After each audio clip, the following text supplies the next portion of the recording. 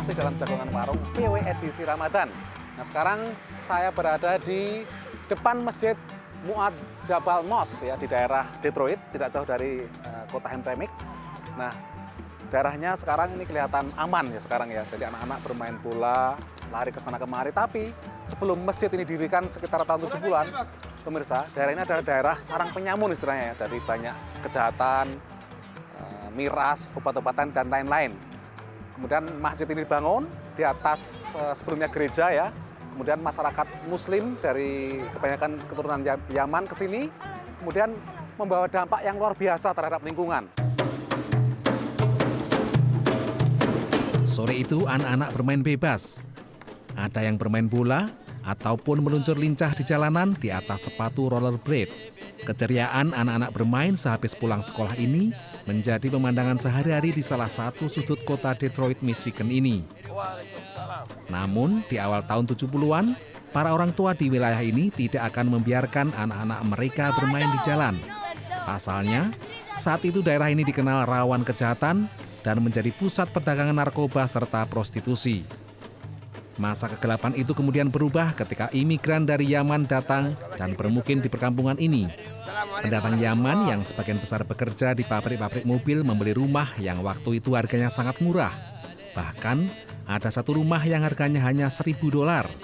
Sebagai pendatang muslim, mereka kemudian mendirikan Masjid Mu'adh bin Jabal yang punya peran besar dalam mengubah kondisi perkampungan ini menjadi seperti sekarang.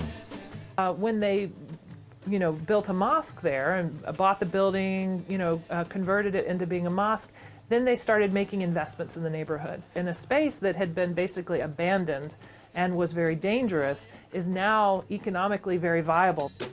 Didirikan di atas sisa bangunan gereja tua tahun 1976, Masjid Mu'adh bin Jabal sekarang mampu menampung 1.000 jamaah.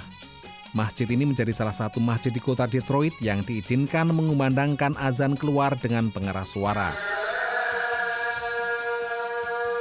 Panggilan azan surat asar disambut warga yang bergegas memasuki masjid berlantai 2 ini. Di antara jamaah surat asar terlihat banyak anak kecil dan remaja. Di sejumlah komunitas muslim Amerika, generasi kedua atau ketiga menghadapi tantangan tersendiri untuk mendamaikan identitas diri sebagai muslim dan anak produk Amerika dengan sistem nilai yang berbeda. Masjid Mu'adh bin Jabal nampaknya bisa membantu mereka mengatasi persoalan ini. Coming here it gives me a sense of tells me what I am and it helps me stay in myself, I mean it just reminds you. It's a good thing.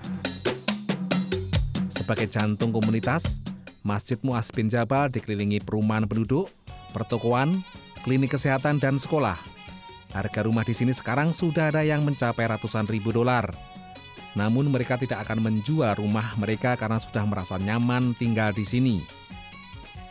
Hubungan antara masjid dan lingkungan yang mengelilingi nampak saling menguatkan dalam merawat identitas kolektif imigran Yaman dan sekaligus mewakili wajah Islam yang positif di Amerika.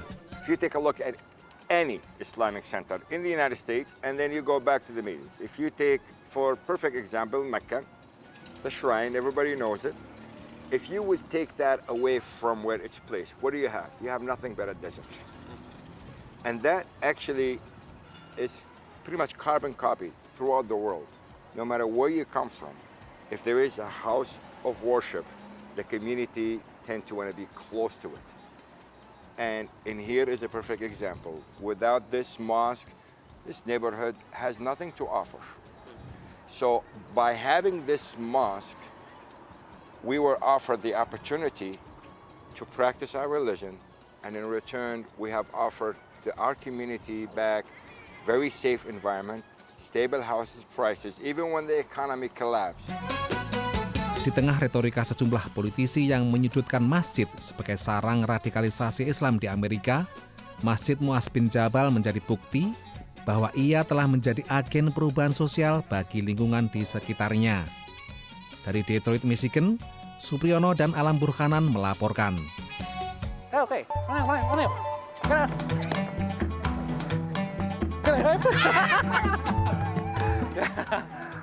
Mengingatkan masa kecil saya bermain bola, tapi kalau dulu saya di jalan di lapangan dulur, nggak aspalan gini, kalau jatuh bundas ya. Jadi itulah, jadi memang komunitas Muslim di daerah Detroit itu memang bermacam-macam, berasal dari berbagai etnik, dan masjid tadi benar-benar merupakan contoh bagaimana umat Muslim di Amerika memberikan dampak yang positif terhadap lingkungan, terhadap warga sekitar. Nah, kita akan parkir dulu obrolannya dan kita teruskan setelah yang satu ini.